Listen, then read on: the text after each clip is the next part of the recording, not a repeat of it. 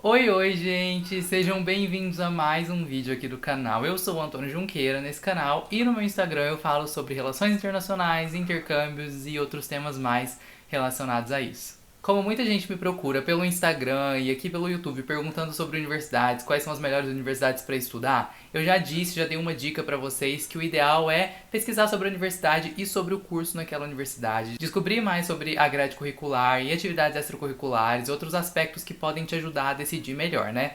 No vídeo de hoje, então, eu convidei uma pessoa super especial para falar com a gente sobre esse tema e o melhor, para fazer uma comparação comigo de universidades. A Dani, lá do Dani Overseas. Se vocês não seguem ela lá no Instagram, vão lá, sigam agora. Eu vou deixar o perfil dela aqui embaixo para vocês seguirem. Pra quem não sabe, a Dani tá na criação de conteúdo desde quando isso aqui tudo era mato, sabe? E bem antes de mim, eu cheguei muito depois dela. Mas a gente se encontrou, se conheceu aí nesse mundo do Instagram, da internet, falando sobre relações internacionais. E eu achei super legal trazer ela aqui, já que ela fala tanto sobre relações internacionais, ela dá tantas dicas legais sobre como estudar relações internacionais de um modo mais produtivo, mais proveitoso. Então eu trouxe ela aqui hoje para conversar com a gente e contar um pouco sobre como é o curso de Relações Internacionais lá na Universidade Federal Fluminense. E daí eu vou fazer um comparativo com o curso na Universidade Federal de Uberlândia, aqui onde eu tô. Então eu te recomendo entrar aqui, ó. Clica aqui que vai estar aparecendo para você o meu vídeo sobre Relações Internacionais na Universidade Federal de Uberlândia. Eu mostro tudo, ainda faço uma análise da grade curricular para vocês. Mas ó, antes de seguir pro vídeo, eu quero te pedir para clicar no botãozinho vermelho que tem aqui embaixo, dar like no vídeo, se possível comentar, compartilhar com seus amigos e me seguir lá no Instagram também, que vai estar em algum lugar dessa tela. Isso é muito importante para que eu consiga continuar criando esse conteúdo legal para vocês. Então é isso, meus amigos, a Dani já tá chegando aqui. Oi, Dani! Oi, tudo bem? Primeiro eu queria muito agradecer o convite. Eu acho que é super importante a gente dialogar sobre essas diferenças e possibilidades dentro das relações internacionais, né? Que por ser um curso muito interdisciplinar, acaba que cada faculdade é uma faculdade e é uma experiência completamente diferente. Então vou falar um pouquinho sobre como é o curso de Relações Internacionais na UF, que é onde eu estudo, a Universidade Federal Fluminense, que fica no estado do Rio de Janeiro, a sede é em Niterói. Toda a estrutura do curso de Relações Internacionais da UF, ela fica em Niterói, né? A grande maioria das nossas aulas são no Gregoatá, que é um campus que tem uma vista linda e tem um grande benefício, que é a Biblioteca Central do Gregoatá, que é imensa, maravilhosa, sensacional, vista pra orla e um lugar muito aconchegante para estudar, com, enfim, uma ótima e muito grande gama de livros para você pegar lá emprestado, né? Então isso é muito bacana. O nosso instituto é o Instituto de Estudos Estratégicos, mas o foco curricular da graduação não é estudos estratégicos. Vou explicar isso melhor mais pra frente.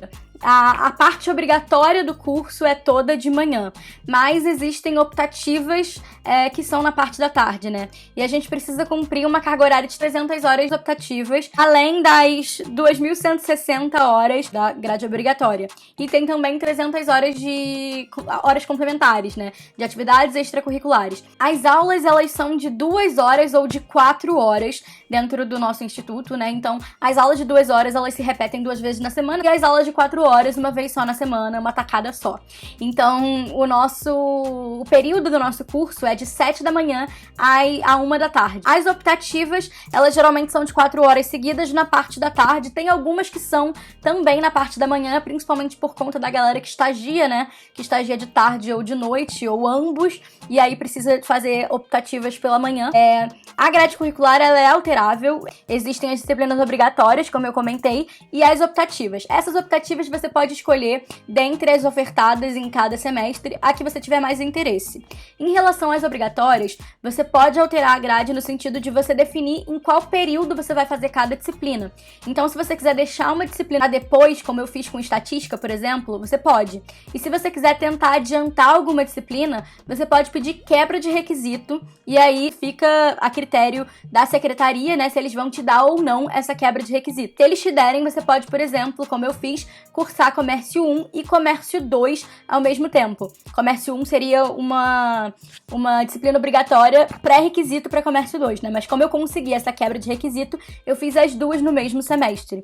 Então a nossa grade é alterável, você pode personalizar Algumas pessoas pegam mais ou menos disciplinas dependendo do objetivo de formação delas, né? Às vezes por conta de estágio pega um pouco menos. A nossa carga de leitura em RUF ela é bem extensa. Tem alguns professores que dão aquela exagerada básica, né? Passam 7 páginas de ementa com 50 livros diferentes, passam 200 páginas para ler de uma aula para outra. Então é um certo exagero essa quantidade de leituras. Apesar disso, tem várias pessoas que estagiam sim. Geralmente os estágios da galera, eles variam na área de administração, na área de RH, né, comunicação com o público, e até uma galera que estagia mais na parte de governança dentro de empresas e política. Eu tem alguns amigos meus que trabalham em consulado, então tem uma certa variedade, mas não vou negar que existe sim dificuldade em encontrar estágios, né? Sobretudo se você tentar buscar um estágio que seja 100% alocado nas relações internacionais, o que é muito difícil, porque é uma área que ainda está sendo conhecida, então geralmente as oportunidades de relações internacionais, elas são entrelaçadas com outros cursos. Em relação à grade curricular, vamos comentar sobre essa questão aí dos estudos estratégicos. Apesar do foco do Instituto ser estudos estratégicos, os professores terem uma pesquisa voltada para estudos estratégicos, esse é o foco institucional do mestrado. A graduação, ela tem um foco maior, se você for parar para olhar a grade curricular, né, em economia. A gente tem muita disciplina de economia e de comércio, e teoria política. A gente tem 4 disciplinas de teoria política, temos macroeconomia, economia política, internacional, história da economia, economia brasileira contemporânea, comércio 1, comércio 2, introdução ao comércio. Então a gente tem uma gama de disciplinas voltadas à parte mais econômica e política. De disciplinas mais próprias de relações internacionais, a gente tem as teorias, né, que são as disciplinas mais clássicas possíveis para internacionalistas, teoria 1, 2 e 3. Temos História das Relações Internacionais 1 e 2 e Política Internacional pós-Guerra Fria. Temos Geopolítica, temos Processo de Integração da América Latina, Organizações Internacionais. Em RI na UF, a disciplina de Direito Internacional também é do nosso departamento. Eu esqueci de comentar antes, mas também tem uma galera que estagia no segmento de comércio exterior, né, que é uma possibilidade de atuação para internacionalistas. E, mudando um pouquinho o foco, vamos falar sobre as possibilidades, né, extracurriculares para a galera de RUF.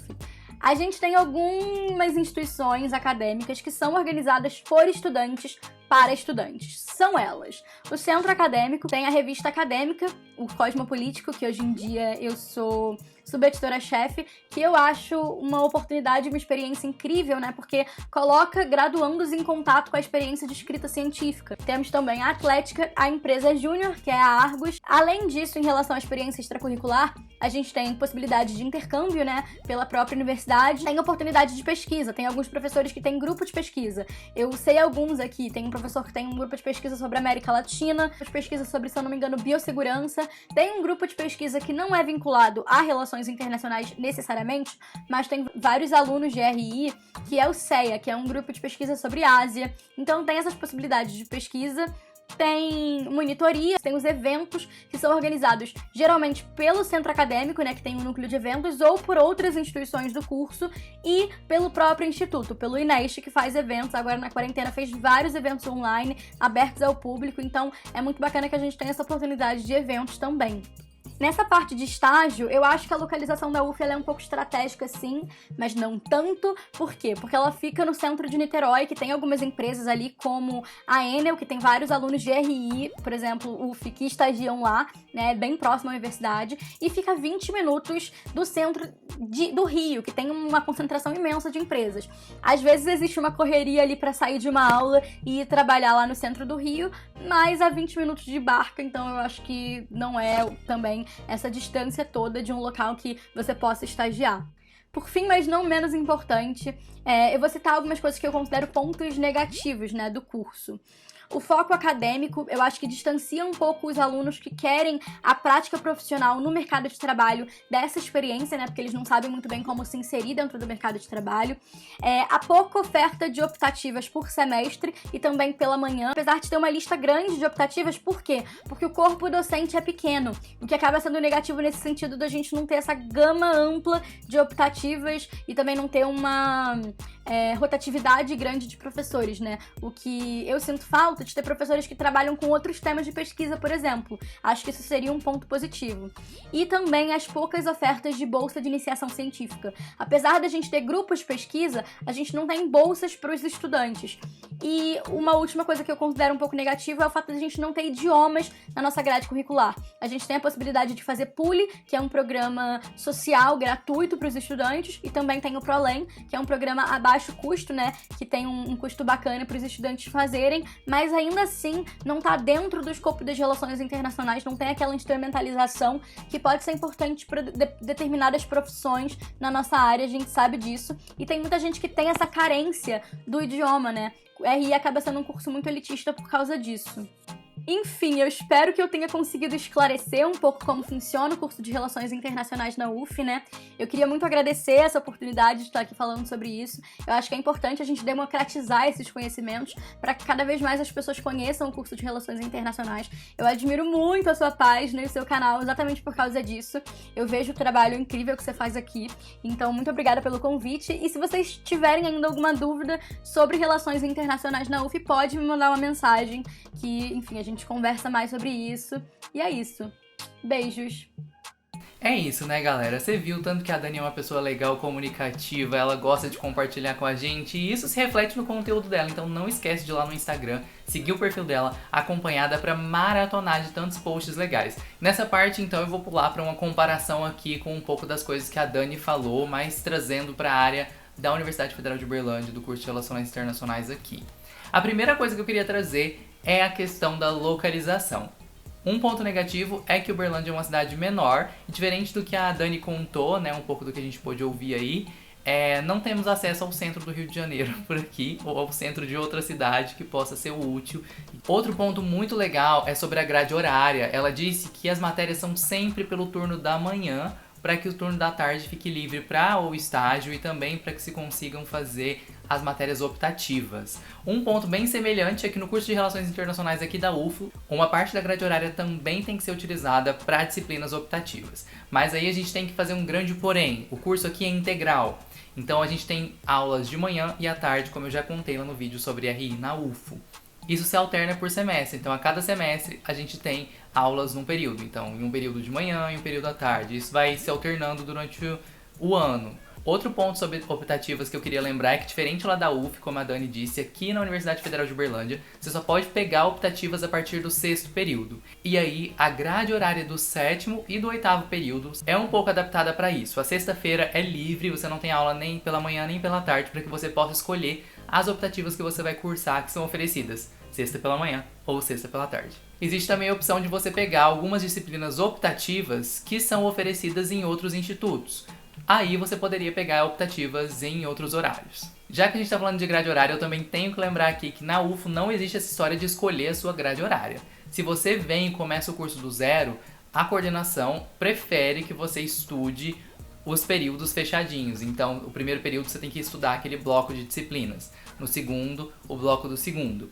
Claro, você pode trancar matérias, trancar disciplinas, mas isso não significa que você pode trancar uma do segundo período e pegar uma do quarto ou do terceiro no lugar dela. Não, você pode pegar disciplinas que estão no seu período ali.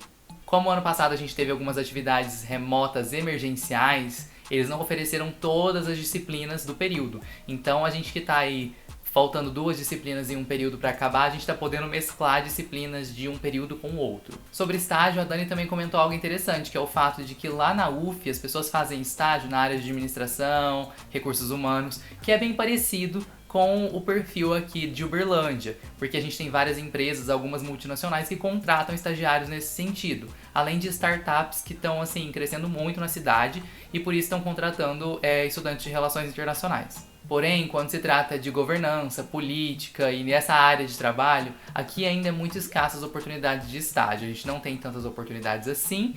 Então eu traçaria esse paralelo, que é contar que, como a Dani disse que lá é difícil encontrar estágio, não é a coisa mais fácil do mundo, aqui fica um pouco mais difícil porque a gente não tem tantas opções assim na área de governança, na área de políticas, porque a gente não tem, por exemplo, consulados ou embaixadas aqui na cidade. Mas eu acredito que a dificuldade seja aí pareável, sabe? Para a área mesmo administrativa, áreas corporativas no geral.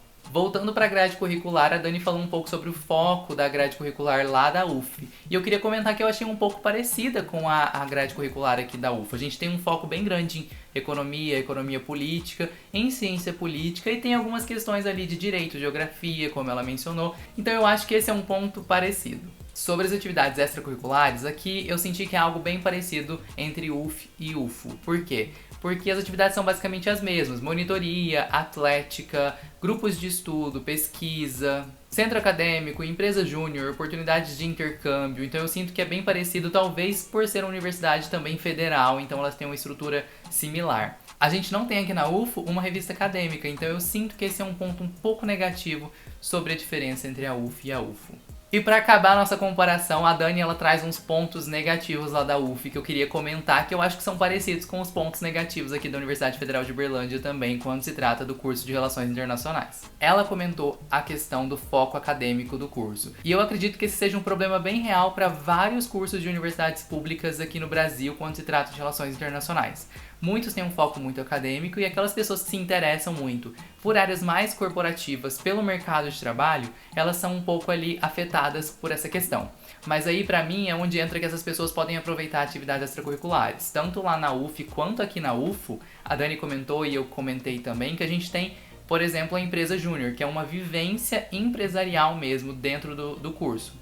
Essa é uma experiência legal para você estar mais preparado para entrar no mercado de trabalho quando você sair do curso. Aqui na Universidade Federal de Uberlândia, uma coisa que eu reparo muito é que muitas pessoas que entram na empresa júnior, elas saem de lá com estágios em áreas corporativas dentro de empresas. Então eu sinto que é um local onde as pessoas que estudam relações internacionais aqui podem aproveitar e aprender muito. Sobre a pequena gama de disciplinas optativas, eu sinto que é a mesma coisa aqui na UFO e é pelos mesmos motivos da UF. A gente não tem um quadro de professores de relações internacionais muito grande, então não consegue ser tão diverso assim, mas já é algo bem legal. A falta de bolsas de iniciação científica eu acredito que seja algo que afeta as universidades federais como um todo, especialmente nos últimos tempos sombrios que estamos vivendo, então eu não vou entrar muito nesse aspecto, mas eu digo que é um problema que afeta também a Universidade Federal de Uberlândia. E a Dani comentou por último sobre o fato de não ter idiomas na grade curricular da UF. Aqui na UF a gente tem idiomas. A gente tem 2 disciplinas de inglês que são disciplinas obrigatórias e a gente também tem outras 2 que são obrigatórias, mas que você pode escolher se você quer fazer em francês ou em espanhol. Então a gente tem aí 2 disciplinas obrigatórias de inglês, 2 disciplinas obrigatórias de outro idioma, que no caso ou francês ou espanhol. E similar ao que a Dani disse, aqui na UF a gente também tem um curso de idiomas mais popular, que os preços são bem mais reduzidos por semestre para se estudar inglês, francês, espanhol e outros idiomas. Então é isso, pessoal. Eu fiz um comparativo aqui para ajudar vocês que talvez estejam em dúvida entre a Universidade Federal de Uberlândia e a Universidade Federal Fluminense. Trouxe a Dani porque ela é uma criadora de conteúdo incrível que eu admiro muito e que eu sigo no Instagram desde o meu comecinho e que me inspira a continuar falando sobre relações internacionais aqui no YouTube e lá no Instagram também. Queria agradecer, Dani, pela sua presença nesse vídeo, por ter compartilhado tanto com a gente, por ter aceitado o meu convite. Eu queria lembrar também a todos vocês que vão lá, sigam a Dani no Instagram, me sigam também, nossos Instagrams vão estar aqui embaixo. Eu espero que vocês tenham gostado desse vídeo e a gente se vê numa próxima oportunidade. Tchau, tchau!